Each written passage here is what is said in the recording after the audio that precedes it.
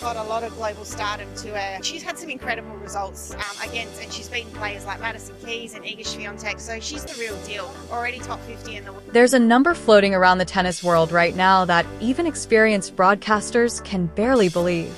A number so unbelievable that producers inside television trucks are double-checking their screens.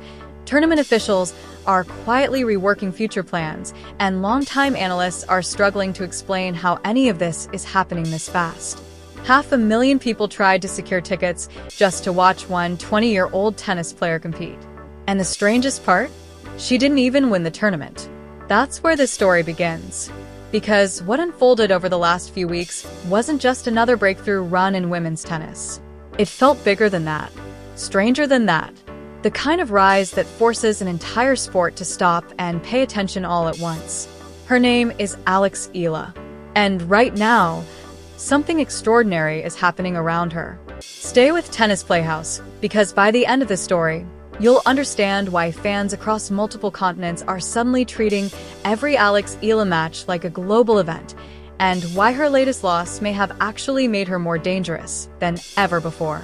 Picture Berlin in early summer. Grass courts glowing under soft European sunlight. Quiet tournament grounds usually reserved for dedicated tennis fans and local crowds. The kind of event casual viewers normally ignore until the final weekend. But this year felt completely different. This year, one name changed everything. Alex Eala. Weeks before the tournament even started, the energy around her had already begun building. Not slowly, not quietly, explosively. And it all traces back to Birmingham. At first glance, the Birmingham title looked like a nice moment for a rising player. A strong week. A promising result. The type of headline sports fans scroll past in seconds. But beneath the trophy ceremony, something much bigger was unfolding. Nearly 4 million people tuned in live to watch that final in real time. Not highlights. Not replay clips. Live. 4 million viewers focused on a challenger-level event that, on paper, wasn't supposed to attract massive global attention. That number shocked people inside the sport. Some Grand Slam finals don't pull those kinds of numbers consistently. Some major WTA events with elite champions don't create that level of simultaneous attention. Yet somehow, a tournament most casual fans had never even heard of suddenly became must-watch television. And behind the scenes, chaos quietly followed. Production crews walked into the event expecting a routine week of coverage. By the end, phones were exploding with messages from executives, colleagues, and broadcasters asking the exact same question. What is happening with this player? Somewhere outside the venue, television producers were watching viewership graphs spike higher and higher in real time. Streaming systems struggled to keep up. Social media clips began circulating globally within minutes of each match ending. The business side of tennis suddenly realized they were witnessing something they hadn't prepared for. Not manufactured hype, not a media campaign. Real, organic global attention. And when Alex arrived in Berlin carrying all that momentum behind her, the atmosphere around the tournament completely changed. Everywhere she went, people noticed. Practice courts that used to feel quiet suddenly had crowds pressed against fences. Fans waited hours just to catch glimpses of training sessions. Broadcasters covering entirely different matches kept checking her scores between points because viewers kept flooding comment sections demanding updates. It no longer felt like one player making a good run. It felt like the beginning of a phenomenon. Then came the matches themselves. First standing across the net was Elena Rybakina, a Grand Slam champion, one of the most dangerous servers in women's tennis. The type of opponent who usually ends Cinderella stories before they become international headlines. But Alex Eala walked onto that court with a calmness that didn't match her age. A point by point, game by game, she absorbed pressure without panic. Her shot selection stayed disciplined. Her movement stayed composed. Even during massive moments, there was almost no visible fear. And then she beat Rybakina. Suddenly, the entire tournament shifted. People who had tuned in casually now started paying serious attention. Searches for her name exploded online. Fans from countries that normally barely followed WTA grass events suddenly wanted match schedules, highlights, interviews, anything they could find. Then came Alina Svitolina, former world number 3, veteran competitor, a player with years of elite experience and countless big match battles behind her. Again, Alex Eala stayed calm. Again, she looked fearless. Again, she won. And that's when the noise around her truly detonated. Because by this point, it was no longer just Filipino fans supporting a national star. European audiences were becoming invested. American viewers started staying awake late into the night just to watch her matches live.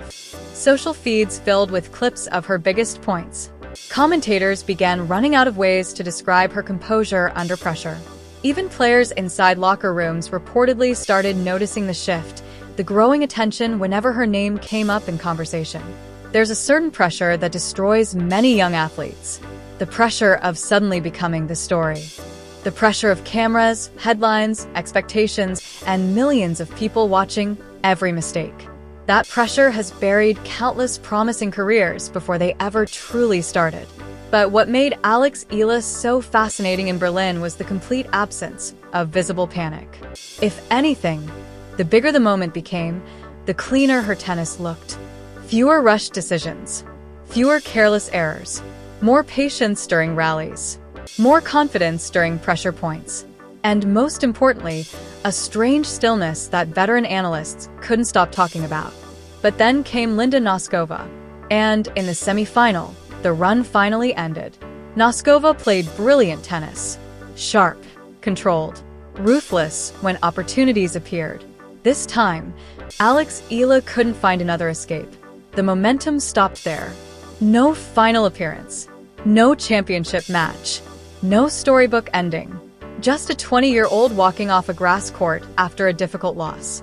And in almost every normal sports story, that would have been the conclusion. The cameras move on. The headlines shift elsewhere. Attention fades.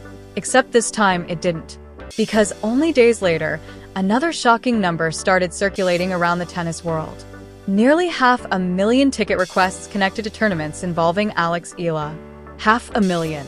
Not for the world number 1. Not for a reigning Grand Slam icon. Not for a veteran superstar with a decade of global fame. For a player who had just lost in a semi-final. That's the moment people inside tennis truly realized this wasn't ordinary anymore. Because ticket demand represents something deeper than casual interest. People don't sit in digital queues for hours because they vaguely recognize someone's name. They don't refresh ticket portals at midnight because of random hype. They do it because they believe they are watching the beginning of something important. Something future fans will wish they saw from the start. And that kind of emotional investment cannot be forced. It has to be earned, point by point, match by match, moment by moment. What's happening around Alex Eala now stretches far beyond one country. Yes, support from the Philippines has become enormous. Entire communities gather to watch matches together. Public screenings attract huge crowds. Every result becomes national conversation. But now the movement is spreading globally.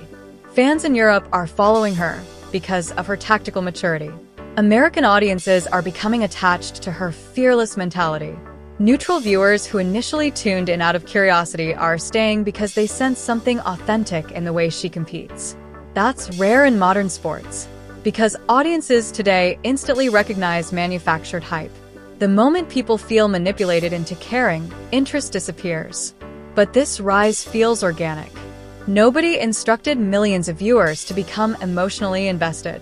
Nobody forced fans across continents to suddenly care about one young tennis player. It happened naturally because enough people independently watched her perform under pressure and reached the exact same conclusion. This player feels different. And maybe that's why the Berlin loss actually strengthened her story instead of damaging it. Because Birmingham raised the question, was this real? Or was it simply a temporary hot streak? Berlin answered that question. She defeated elite opponents. She handled massive pressure. She proved she belonged deep inside high-level tournaments. And the only thing that stopped her was another talented player performing better on one specific day. That isn't exposure. That isn't collapse. That's growth. And experienced tennis people understand that difference immediately. But here's the part that should seriously concern the rest of the tour. Alex Eala is still developing. she is not the finished version of herself yet. Her game still has areas to improve. Her experience is still growing. Her ceiling remains unknown, which means the unbelievable numbers surrounding her right now may actually represent only the beginning. Think about that carefully. 4 million live viewers, 500,000 ticket requests, massive global attention. And this is happening before she's even reached her peak years. So imagine the version of Alex Eala 2 or 3 seasons from now.